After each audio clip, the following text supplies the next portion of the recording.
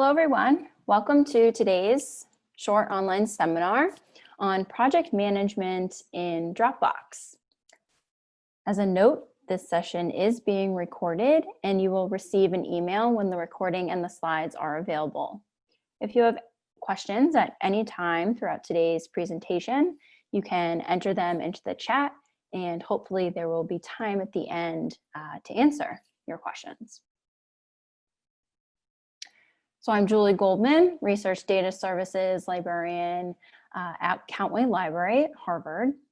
And I offer a lot of these data management training webinars and classes. And I'm also available to the Harvard community for consultations on identifying best practices for data management, creating a data management plan, or if you need to find data for your research. I also co-chair the Longwood Medical Area Research Data Management Working Group. And this working group includes lots of members of the LMA community from many areas, such as the library, information technology, research computing, the research cores, and affiliate hospitals. And we maintain a website full of resources and information on data management. So I suggest you bookmark this website and reference it as you need. All right, so let's dive into today's topic and review our learning objectives. So we're going to learn about Dropbox and how to get started using it. We'll go through some of the key functionalities of Dropbox, and we'll hopefully be able to apply Dropbox as a tool for best practices in data management. And I'll provide some resources and context to help you. And today we are focusing on Dropbox because it is a tool available to the Harvard research community. So depending on where you are at the university, you can request an account for research purposes. And if you are not at Harvard, know that Dropbox does have a free version. And so this webinar will focus on how you can use Dropbox for managing your research files, your entire project. And I will point out where a premium account of the tool will, enhance your work. All right, so to get us started today, I thought maybe in the chat, I would love to hear, if you are currently using Dropbox. And if you are currently using it, how do you use it? Do you use it for your personal file management? Do you use it for work, for research purposes? If you're not using Dropbox, maybe there's another file management tool that you use. I would love to hear about that. Great, so I'm seeing that most of you, some of you are currently using Dropbox. Both for work and for personal management.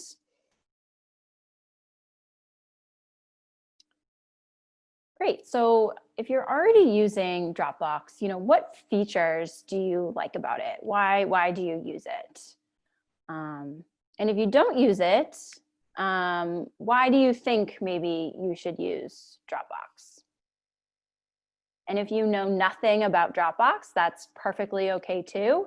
That's why you're here today on today's webinar.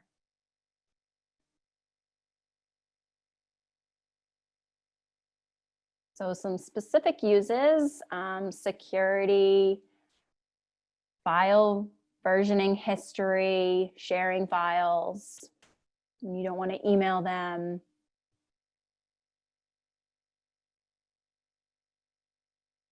Yeah, simple access, good for communication. Great. So a lot of the features that you guys are pointing out, we are going to cover in today's session. So if you are new to this product, this tool will get you up to speed. And then hopefully for those of you that are all already using Dropbox, I'll point out how you can incorporate best practices for data management into your use of Dropbox. Great. So what is Dropbox? Dropbox is a cloud-based productivity tool that, in simple terms, it's a home for all of your work. It enables access to files anytime from anywhere. It stores these files securely and uses encryption security to share files. You can use free storage or you can pay for extended storage. And it stores all data and files remotely, allowing you to sync files and share local computer and save on your local hard drive space. It stores previous versions of your files, providing backup protection. And you can share files and even edit them directly online, allowing you to easily collaborate with others. So today we are going to use this checklist to get us started with Dropbox. This will help you set up and maintain robust data management practices and structure throughout the full life of a project. And we will go through each of these 7 tips and explore some key features of Dropbox. And you should be already familiar with some of these. So we are really taking the data management best practices we have been talking about this summer and applying them to using the tool Dropbox. So you can find this Dropbox checklist at the link on the slide, and I've just provided it in the chat. So first, getting started with Dropbox. It is important to first understand how your team works. So before you start creating folders, you should take some time to understand your team's workflows. Creating a scalable structure and your naming conventions for your team will mean less maintenance work down the road. So consider questions such as, do people generally work on their own or within teams? Is each file worked on by one individual, or do multiple people have to contribute to edit each of those files? And do you expect files to be shared outside of Dropbox frequently? If you are thinking about, Dropbox replacing an existing system, do you want to copy your current folder structure, or do you want to take time to rethink how things are structured? And how do different departments maybe prefer to group their files? So once you understand how your team operates, you can create things like your stable file structure and naming conventions. And remember, building out your team space before a project starts is always advantageous, since this will ultimately help you maintain your space and stay organized in the long term. All right, so creating your space. And this is one of the topics we have really already discussed in detail in previous webinars. But here it's all about building your folder structure. And there are many ways this can be done. So knowing, again, how your team operates will help dictate what works best for you. Ideally, you want to set up folders that allow everyone to quickly find what they need. So you could structure folders by department, projects, or teams. If departments tend to lead their own projects, the structure is ideal, and you should work to create some folders that best meet each team's needs. If the focus is on many different projects, it may make sense to let those guide your folder structure.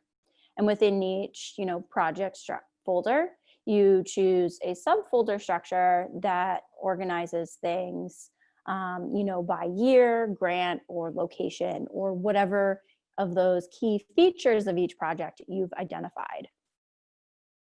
And then team-based groups typically have folders for general purpose files, at the top level of the team space, and then spaces folders for each of those team members.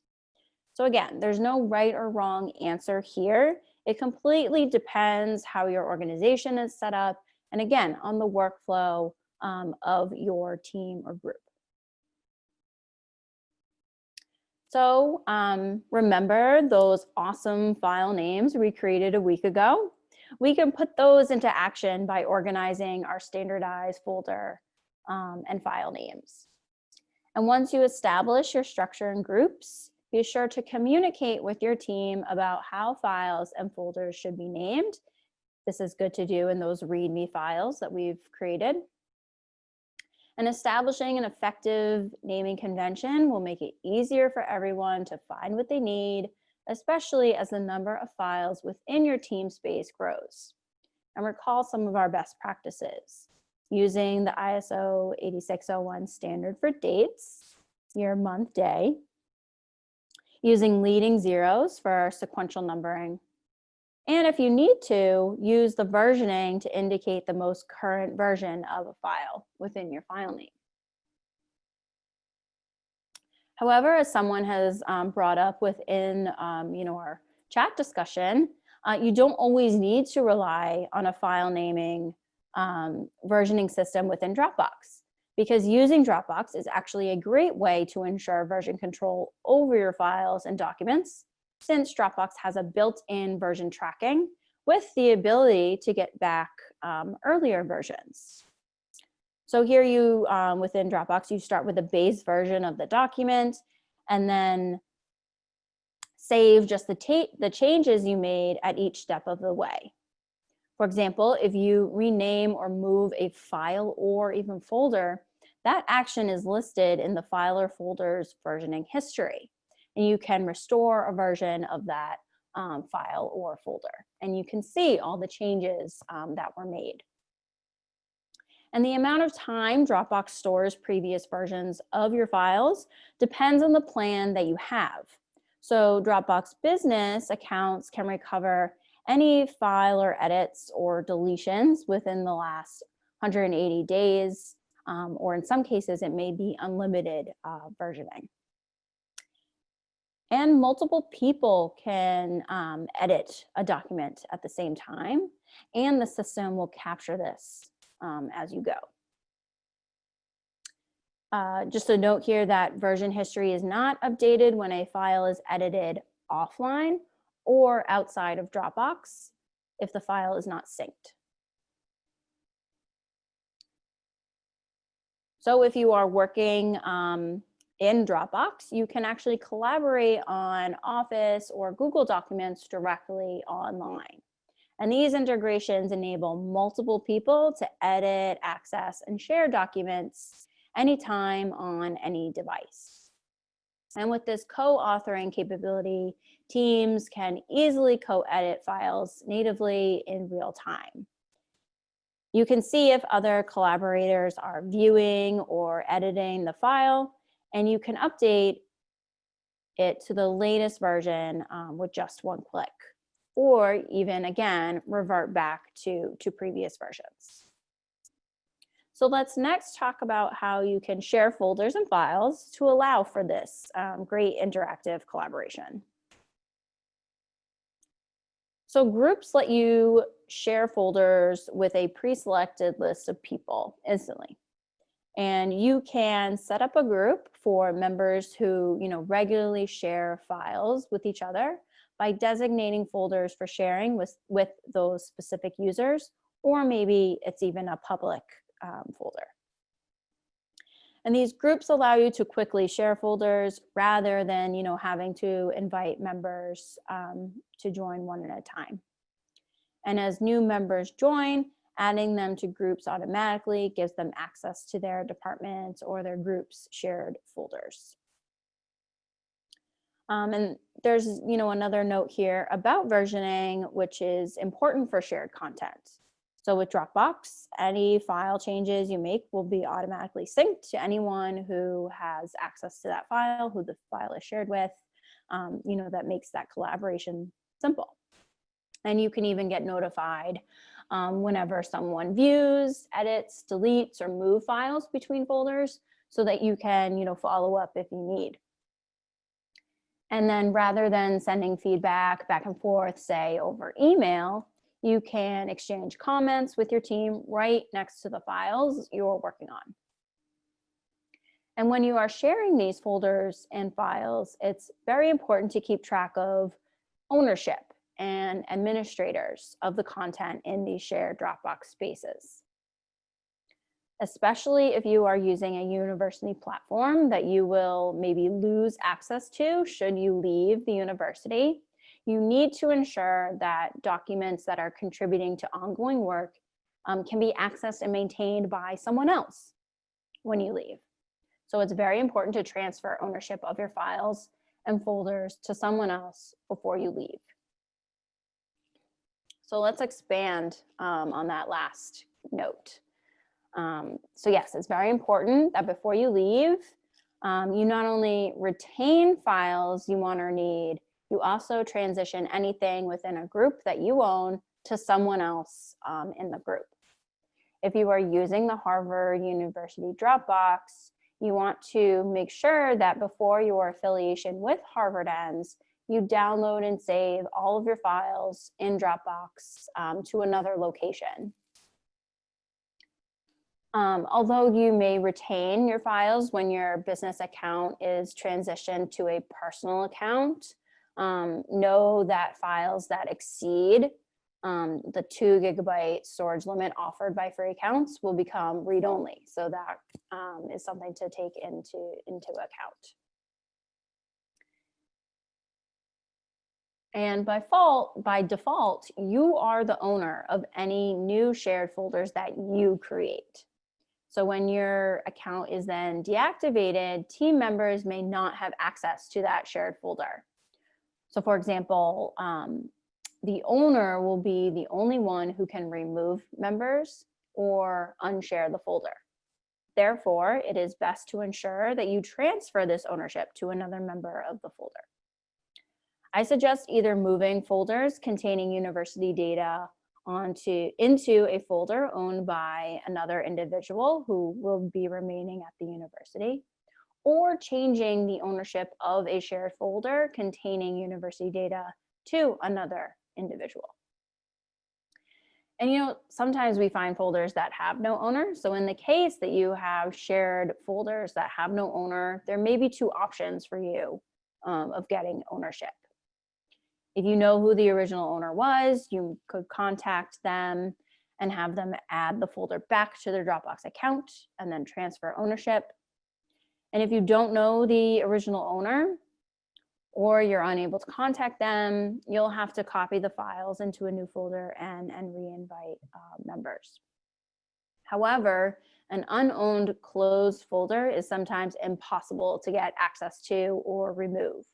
We have a lot of, unclaimed folders that take up valuable storage space on our servers. So please ensure that you have multiple owners or admins of a folder, or remember to transfer permissions prior to leaving or having your account closed. Great, so we know that we can share any files stored in Dropbox. And you can also control who sees it and for how long. And thanks to that magical versioning, people you share things with will always see the latest version of that file. So folders created in your team space are visible to everyone on the team, but you can control who has access to them as an owner or an admin. And again, admins can add or delete individuals and groups from folders and choose whether folders can be edited or maybe view only. So say you have a few files to share with teammates, but want to keep the rest of the folder private, that's no problem. You can keep your most important documents secure with granular folder permissions. And there are a few different kinds of folder icons that you may see. The team folder is automatically shared with your whole team, but you can control who has view or edit access and share with people outside your team. The team member folders are private for every team member. This content is private by default, but as a user, you could choose to share files and folders within. And then the shared folder lets users share content in their team member folder. And when you're invited, users can add this to their member folder to keep it private, or to a team folder to keep others up to date.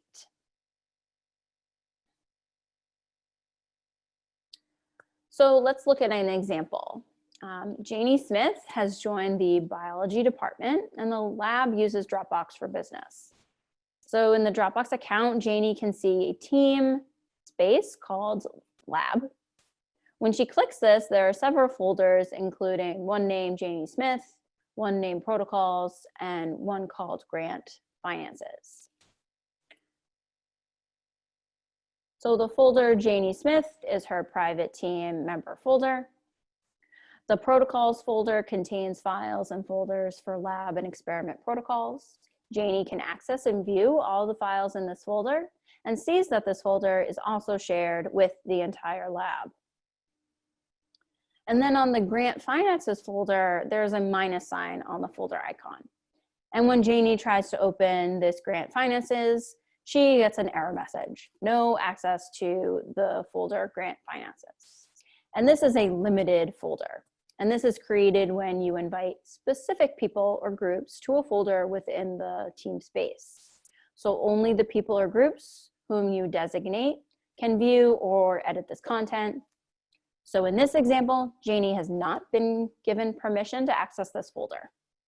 So I hope this kind of demonstrates how you can use Dropbox folders to control access and maintain integrity of your space.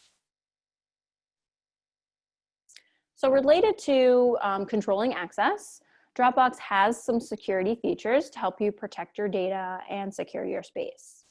Providing multiple layers of protection and control is good data management practice. So two-step verification is, a must-have. With this feature turned on, you need your username, password, plus a one-time code to sign into Dropbox. If your device is ever lost or stolen, or if someone gets a hold of your password, your files stay safe. Also with Harvard Dropbox for Business, you will be able to single sign on with your Harvard credentials. Additionally, always set up a unique password for each app or service that you use and never, reuse passwords. This is a way, security issue on an app or service won't compromise the others. And another tool available for free at Harvard is LastPass Premium. I highly suggest this password manager no matter where you are, for work or for personal accounts. It allows you to create strong, secure passwords and maintains your vault so you don't have to remember them. And then lastly, Dropbox is not a HIPAA compliant platform.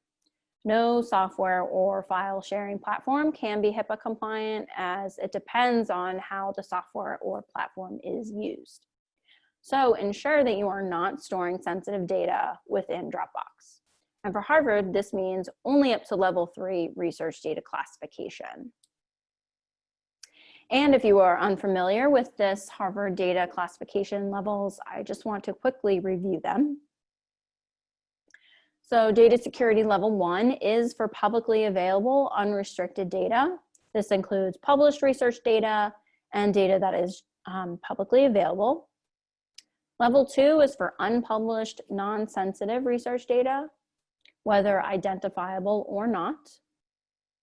Active research data at Harvard is at least data security level 2 until it is published. So this would include such things as de-identified data that has yet to be posted to an open access repository or anonymous survey data. Level 3 is for that low-level sensitive data, some regulated data or data that could be damaging to the subject's financial standing, career, or economic prospects, relationships, reputation. For example, educational records covered by FERPA and employment records. And then level 4 is getting into that, sensitive data that could place the subject at risk of significant criminal or civil liability, or data that require stronger security measures in place. For example, our social security numbers and that HIPAA regulated PHI. And then the highest level, level 5, is for that highly sensitive data that could place the subject at severe risk or harm.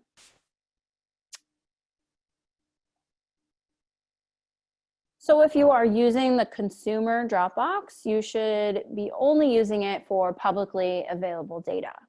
If you are using a Harvard University sanctioned Dropbox account, then up to level 3 or that low level sensitive data is acceptable. This is just showing Dropbox Security, but I suggest reviewing this information technology matrix for aligning any collaborative tools with the data security classification levels. The link is on the slide. And I will point out that, healthcare organizations can and do use Dropbox to share or store files containing protected health information, PHI, without violating HIPAA rules. But those organizations must go through, careful configuration of Dropbox and agreements for this to be allowed. So that's why we say Dropbox is not a HIPAA compliant tool to use. All right, so the last item on our checklist is for managing and maintaining your space. So use the Dropbox desktop app and Smart Sync to save on storage space and for that easy access. And there are 3 ways to access your account: the mobile app, desktop app, and the Dropbox website. And I suggest to get the most out of Dropbox, you should, install the app on either, your mobile device, your tablet, or your computer. And the app allows Dropbox to work like any other folder on your computer. After you install the desktop app, you'll see a Dropbox folder on your computer's hard drive. And files in this folder may sync to Dropbox, meaning you can access them on any device. And remember, Dropbox is a cloud service. So this means your files are stored on Dropbox's servers rather than on your computer. So with Dropbox, you can access your files on any device that's linked to your account and easily access them. And this feature called Smart Sync allows the latest versions of files to be always available. The Smart Sync allows you to easily free up space on your computer or device by moving files and folders to the cloud. So you will see these files and folders stored with Smart Sync on your computer, in your app, on the website for easy file management. And Smart Sync can also help you save space automatically if you can identify infrequently used files and folders and move them to the cloud so they're not synced locally. And lastly, I will say, with a business account, you compare your personal and work accounts to access on one device. Since each account is dependent, you can separate your work and personal content, but easily switch between them without, having to sign in every time, which is ease of access. So if you are at Harvard, I really encourage you to start using Dropbox, and you can request a Dropbox for Business account through Hewitt or HMSIT, depending on where you are. And here's some information about the 2 offerings. When I send out the slides, I encourage you to review these closer. So today we have gone through this checklist to get you started with Dropbox. Dropbox is a great platform to help you manage your projects by providing sharing and access control to files and documents. But no matter what platform you use, the best practices for data management, really remain the same. I encourage you to download this Dropbox checklist and make it available to the whole team to successfully use the tool. And maybe, in reviewing the features we talked about today, why do you think you would want to continue using Dropbox or maybe switch to Dropbox? I'd love to hear your thoughts in the chat as I wrap up. These are some of the takeaways and reasons I think Dropbox is a great tool. It's used for that secure storage, syncing, and sharing of files. It supports our research and collaboration within our institution and then also externally. It keeps your computer up to date with your working files, that versioning. Entire labs can promote this collaboration via Smart Sync, and it provides a platform for accessing shared data without taking up that valuable space on our computers. So of course, I may sound a little biased here because we use it at Harvard. Other institutions may provide access to similar tools. But again, using a file sharing platform with secure access controls is a great way to manage your projects and data successfully. So our final seminar of the Great Data Cleanup Campaign is next week. So don't miss our final topic on data citations. Thank you for joining today's webinar. The recording and the slides will be posted on our website and also sent out to all participants. I would appreciate your feedback on today's session. So remember to please fill out the survey at the link provided.